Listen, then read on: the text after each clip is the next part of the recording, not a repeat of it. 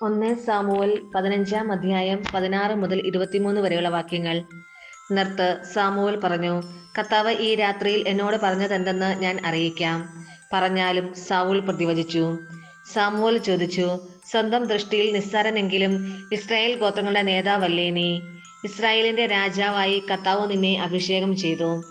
പിന്നീട് കർത്താവ് ഒരു ദൗത്യം ഏൽപ്പിച്ചുകൊണ്ട്, പോയി പാപികളായ അമലേക്യരെയെല്ലാം നശിപ്പിക്കുക, അവർ നശിക്കുന്നതുവരെ അവരോട് പോരാടുക എന്ന് നിന്നോട് പറഞ്ഞു. എന്തുകൊണ്ടാണ് നീ കർത്താവിനെ അനുസരിക്കാതിരുന്നത്? കവർച്ച വസ്തുക്കളുടെ മേൽ ചാടി വീണ് കർത്താവിന് അനിഷ്ടമായത് ചെയ്തത് എന്തിനാണ്? സാവൂൾ പറഞ്ഞു, ഞാൻ കർത്താവിന്റെ വാക്ക് അനുസരിച്ചു. കർത്താവ് എന്നെ ഏൽപ്പിച്ച ദൗത്യം ഞാൻ നിറവേറ്റി. അമലേക്യ രാജാവായ അഗാഗിനെ ഞാൻ പിടിച്ചുകൊണ്ടുവന്നു. അമലേക്യരെ എല്ലാം നശിപ്പിച്ചു. എന്നാൽ നശിപ്പിക്കപ്പെടേണ്ട കൊള്ളവസ്തുക്കളിൽ ഏറ്റവും നല്ല ആടുമാടുകളെ നിന്റെ ദൈവമായ കർത്താവിന് ബലിയർപ്പിക്കാൻ ജനം ഗിൽഗാലിൽ കൊണ്ടുവന്നു. സാമുവൽ പറഞ്ഞു, തന്റെ കൽപ്പന അനുസരിക്കുന്നതോ ദഹന ബലികളും മറ്റ് ബലികളും അർപ്പിക്കുന്നതോ കർത്താവിന് പ്രീതികരം.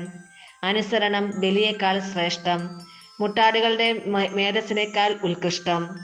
മാത്സര്യം മന്ത്രവാദം പോലെ പാപമാണ്, മർക്കടമുഷ്ടി വിഗ്രഹ ആരാധന പോലെയും. കർത്താവിന്റെ വചനം നീ തിരസ്കരിച്ചതിനാൽ അവിടുന്ന് രാജത്വത്തിൽ നിന്ന് നിന്നെയും തിരസ്കരിച്ചിരിക്കുന്നു. നമ്മുടെ കർത്താവായ മിശിഹായ്ക്ക് സ്തുതി. വിശുദ്ധ മർക്കോസ് അറിയിച്ച സുവിശേഷം 2-ാം അധ്യായം 18 മുതൽ 22 വരെയുള്ള വാക്യങ്ങൾ. യോഹന്നാന്റെ ശിഷ്യന്മാരും ഫരിസേയരും ഉപവസിക്കുകയായിരുന്നു. ആളുകൾ വന്ന് യേശുവിനോട് ചോദിച്ചു, യോഹന്നാന്റെയും ഫരിസേയരുടെയും ശിഷ്യന്മാർ ഉപവസിക്കുകയും നിന്റെ ശിഷ്യന്മാർ ഉപവസിക്കാതിരിക്കുകയും ചെയ്യുന്നത് എന്തുകൊണ്ട്? യേശു പറഞ്ഞു, മണവാളൻ കൂടെ ഉള്ളപ്പോൾ മണവറ തോഴർക്ക് ഉപവസിക്കാൻ സാധിക്കുമോ?